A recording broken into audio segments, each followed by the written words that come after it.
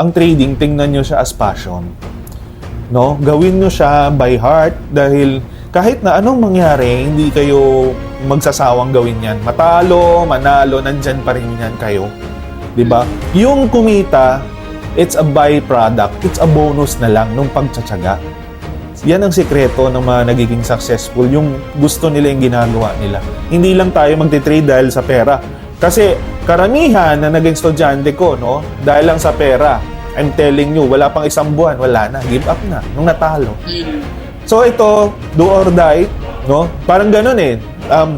Do or die in what sense na talagang, Aileen, pag pinasok mo to, alam ko by heart gusto mo to. Kasi totoo naman pag natutunan mo to, no? Yung tamang diskarte. At maganda to natutunan, yung sa mga ganyang edad mo. Mahirap kasi pag late na, no? Ang pera kasi dapat habang nag-iipong ka, no? Hindi mo